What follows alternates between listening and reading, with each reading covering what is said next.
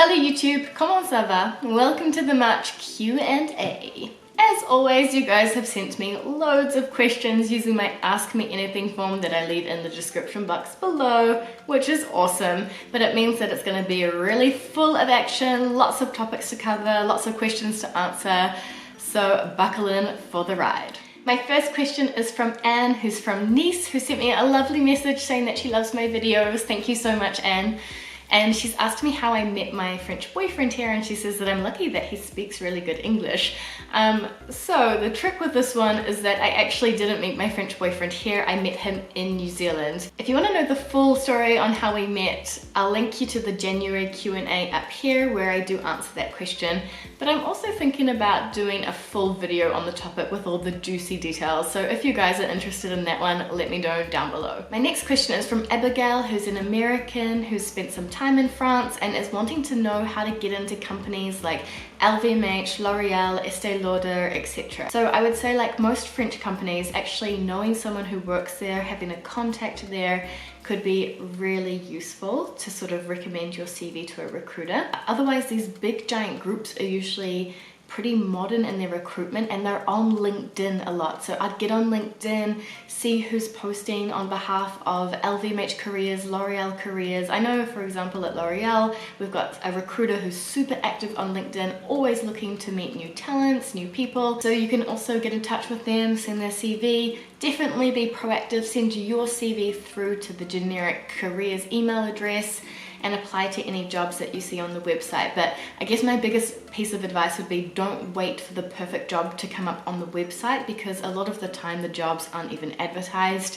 Just try and get in there directly. I mean, without harassing people or contacting people, of course, but I've had people contact me on my LinkedIn and they've said that they're really interested in my specific field of work and they had a really genuine interest, and I took the time to read their CVs. The next question is from Valpaz, and they've asked me how I first made friends in France. So firstly, I had my French boyfriend who I had already met from New Zealand and his friends and his family, but the first way I made really my own friends was through my study program through university. That's the best way, hands down, to make friends. But outside of that, do you know what's an amazing way to make friends abroad? Is Instagram and Facebook groups. I have a New Zealanders in France Facebook group who run events regularly. There's expatriates in Paris, for example. On Instagram, I follow bloggers or YouTubers who are around my age living in Paris, and you know, sometimes I pluck up the courage to contact them and ask if they want to grab a coffee. So yeah, go social. Okay, so I think this is a fake name, but the next question is from Laga Dip. And they've asked me pain au chocolat or chocolatine. And this is like a big, eternal, never-ending debate in France. Is the name for this thing a pain au chocolat or a chocolatine, as they mostly say in the southwest of France? Well, I guess I'm kind of a born and bred Parisian now, as I've only lived in Paris and we call them a pain au chocolat. But I personally vote for chocolatine because it's so much cuter to say. The next question is from Tom, who's asking me what proportion of my YouTube audience is French. So what I know is that 55% of my audience members are based in France, and that's all that I can see. It doesn't necessarily mean that they're French. It could be expats who are both based in France, but given my comment section, given the questions I get and things, I'm pretty sure, yeah, around 50% are French. That was a big surprise to me because I started my channel for expats actually, and it turns out that a lot of French people are interested in my content and are really cool at giving lots of ideas and debate and discussion in the comment section.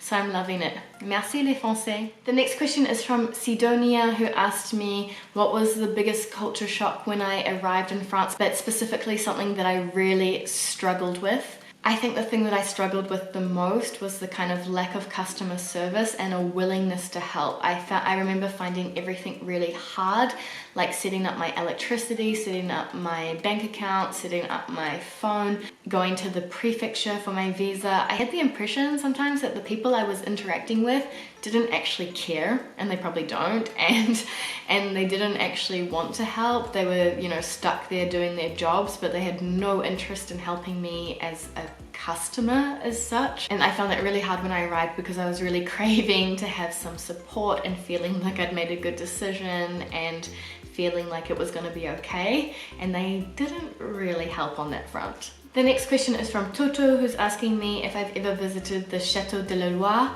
and unfortunately no, but it's on my list. I actually want to do a biking tour of the Chateau de la Loire. The next question is from Jose, who's asking me if I know about Le Routard, which is a travel book series in France. This is the best travel books.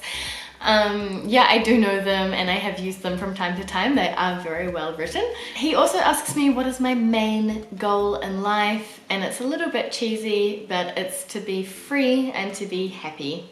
And he also asks, do you defend world peace? I assume that this is a joke question because it's making me feel a little bit like a Miss Universe candidate, but yeah, duh.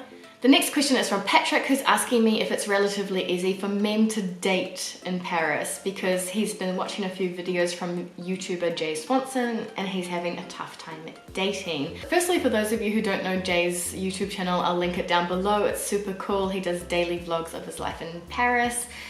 Is it hard for men to date? I don't know. Not being a man, I find it quite hard to answer this question. But I know loads of expat guys here who have French girlfriends and they seem to be doing quite well. I would say something that could be tough is that dating here usually comes about through meeting people through mutual friends. And so if you don't have any friends here and if you're not going out to bars or parties and socializing and meeting friends of friends of friends, you know, it could be a little bit tougher. But in general, I think it could be fine. At least I'll find the accent sexy. My next question is from Naoma, who is a Muslim coming to study in France in Angers next year. And she's wondering if she's going to have a hard time because she wears a hijab and whether or not she should consider taking it off for university. This concept, the concept of la laïcité, really is something that deserves its own video, to be honest. It's such a deep and complex issue. But you may have heard that in France there is definitely a strong philosophy around wearing religious symbols in public places like schools and even universities, that it's not really well seen because it separates people. It's kind of like wearing the things that set you apart and shows that your ideals and perhaps your religion and your values and the way you think is different to each other. And the concept is that that stops you from being able to live in harmony together. Of course, in France, there are many people who are kind of against this philosophy, who say we should be able to wear whatever we want and accept each other and still live in harmony. So I think you're going to meet people who believe the two extremes. From a legal perspective, I believe you'll be fine because a hijab doesn't cover your face. It's not illegal in the same way that a burqa is, for example. But from a social perspective, it could be hard to say. It sounds like it's something that's incredibly important to you to wear your hijab, so I'd like to encourage you to be able to wear it if that's what makes you comfortable and that's what makes you happy. But in terms of how people will react to that, it's quite hard for me to predict. Maybe the French viewers can help me out down in the comment section below. What do you guys think about this from a French perspective? Should Naoma consider taking her hijab off, or should she feel free to wear it if that's what makes her happy? I'd be really interested to read your comments down below to see what you guys have to say. The next question coming in is from Alex, who's a French person living in New Zealand, and they've asked me if I know of any French YouTubers in New Zealand.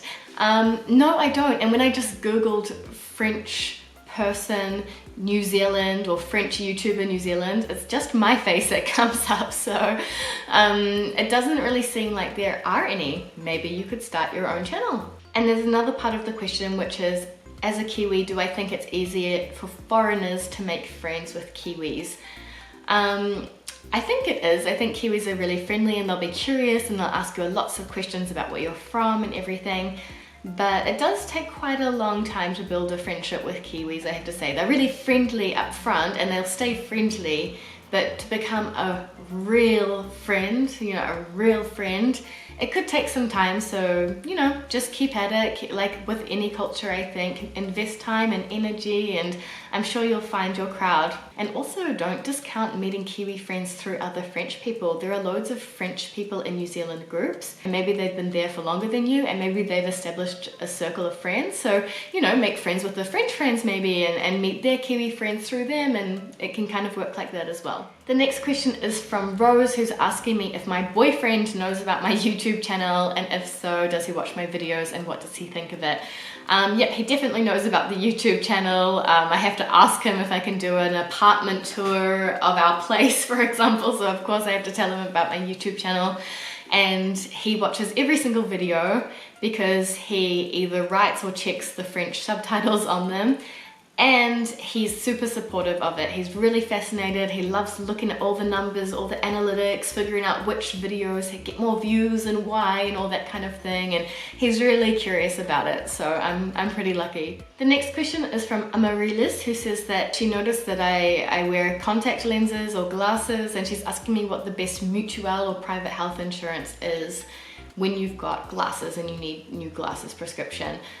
They're all really good, to be honest, and by the way, you don't really have a choice because your company will be signed up to a specific mutual or health insurance provider, so you kind of get what you're given. I'm with Henna at the moment and I'm finding them really generous. Every 2 years I can get a brand new pair of glasses with a really generous reimbursement level, so I think when it comes to glasses, they're all pretty good. The next question is from Nina, who's asking me if I can do a video on maybe French fashion or makeup or skincare, and the answer is yes. I've actually filmed one and it's going to be coming out next month, so keep an eye out for that. If you're not subscribed already, hit subscribe and you'll get notified when I put out a new video, but I put them out every single Wednesday, so you can't really miss it. The next question is from Deirdre, which is asking me if French people are racist in a general way, which is such a huge question. Like, how can I possibly answer that? Asking me if there's anything towards, you know, Asian people, Latino people, Arab people, etc.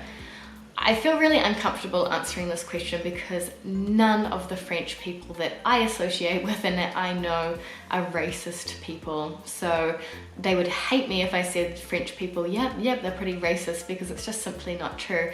I think like any country, racist people do exist. I have heard of, for example, my friends from Algeria having trouble finding an apartment in Paris because of their names.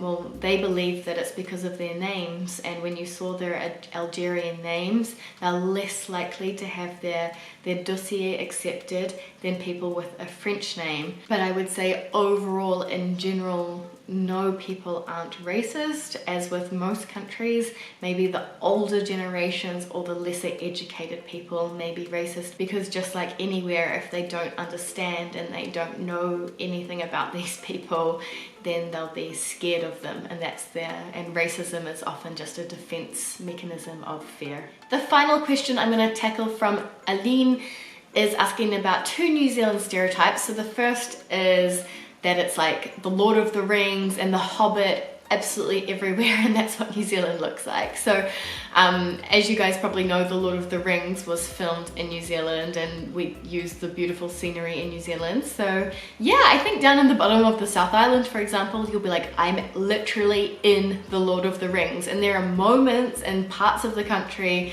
where you feel very, you know, fantasy and Lord of the Ringsy because you're in empty big forests, or you see amazing mountains and it looks all deserted and this kind of thing. So yeah, I think you have your moments, but is it like that everywhere? Probably not. And the second stereotype is if New Zealand is living and breathing rugby. Is that actually true? So yeah, pretty much. I would say, yeah, I think so. I did a video actually on the Kiwi culture, which I'll link up here, and I talk about this. I talk about the fact that New Zealanders are kind of rugby mad. Cool guys, so I'm gonna leave the Q&A here for now so that the video doesn't get too long. But as always, thank you so much for sending your questions through. I really like doing these kinds of videos. And also watch this space because part 2 is coming up. Feel free to hit the subscribe button, follow my adventures, my life in France, being a New Zealander, living abroad, bicultural relationships, all this kind of stuff. Until next time, I'll see you guys in the next video. A bientôt!